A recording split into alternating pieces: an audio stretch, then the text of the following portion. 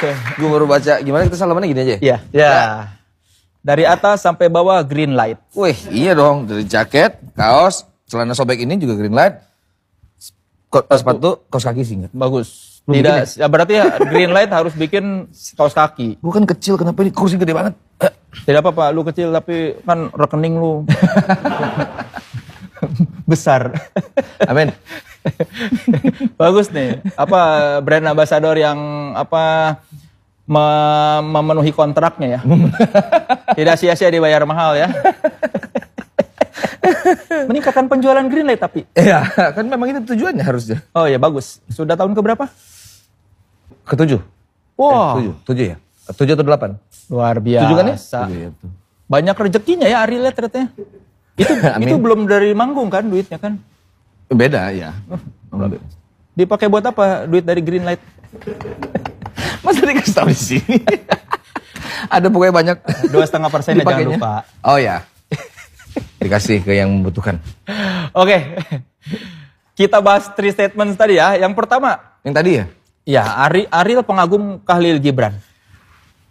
Pengagum, oh bisa dibilang. Ya, ya. Betul. Buat yang belum tahu, Khalil Gibran ini adalah seorang pujangga. Dia filsuf juga gak sih? Bisa disebut filsuf sih, karena ada pemikiran-pemikiran, tapi dia nggak mau dikenal kayak itu. Dia tapi pujangga. Lebih dikenal sebagai pujangga. Pujangga, ya. Kenapa mengagumi Khalil Gibran? Gaya bahasa. Gaya bahasanya tuh, apa ya, mungkin sebagian orang bilang terlalu manis, tapi kalau gue bilang sih pas. Jadi gaya bahasa, gue seneng tulisan-tulisan yang lu baca halaman 2, baca halaman 3, halaman 4, terus kayaknya gue mesti balik lagi ke halaman 2 nih buat ngerti ini gitu. Jadi kata-katanya itu nggak gampang dimengerti, tapi pas udah ngerti banget tuh jadi kayak kedalaman kata. Lirik yang paling berkesan banget yang bagian mana? Dari Khalil Gibran? Iya. Ini kenapa gue bilang dia bisa disebut filsafat. Judulnya tentang anak. Jadi ada salah satu bukunya tuh namanya Sang Nabi. Bukunya Sang Nabi. Ceritanya tentang satu orang yang terasing di satu pulau. Bukan satu pulau, satu masyarakat. Nah di situ dia kayak ngasih apa ya? Kayak ngasih apa istilahnya? Kebijaksanaan sama masyarakat. Terus satu saat dia mesti pulang. Sebelum dia pulang banyak yang nanya tentang kasih tahu tentang harta dong, kasih tahu tentang makanan, kasih tahu tentang apa.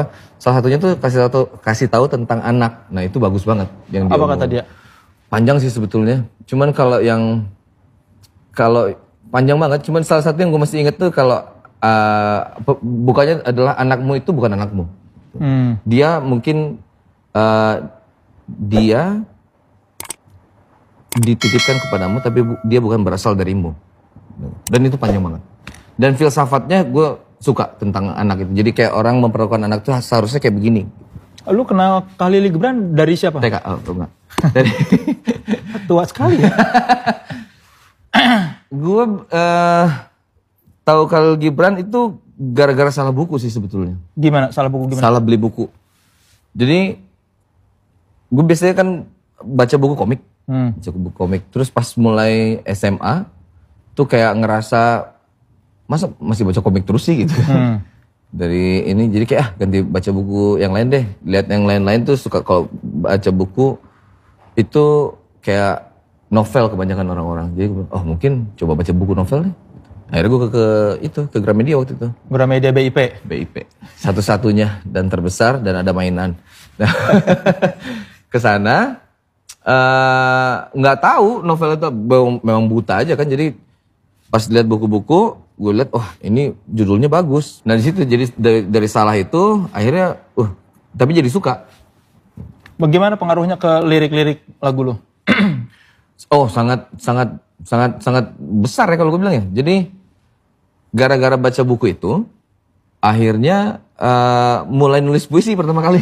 Oh gitu. SMP? SMA. Pertama kali nulis puisi itu gara-gara baca buku itu. Cuman ya kan gila keren banget kata-kata gitu. Habis itu kayak pengen bisa juga punya kata-kata sendiri yang sekeren ini. Coba nulis jadi satu puisi. Apa judulnya? Yang dipajang di mading waktu itu ya. Ntar dulu, judulnya apa itu ya?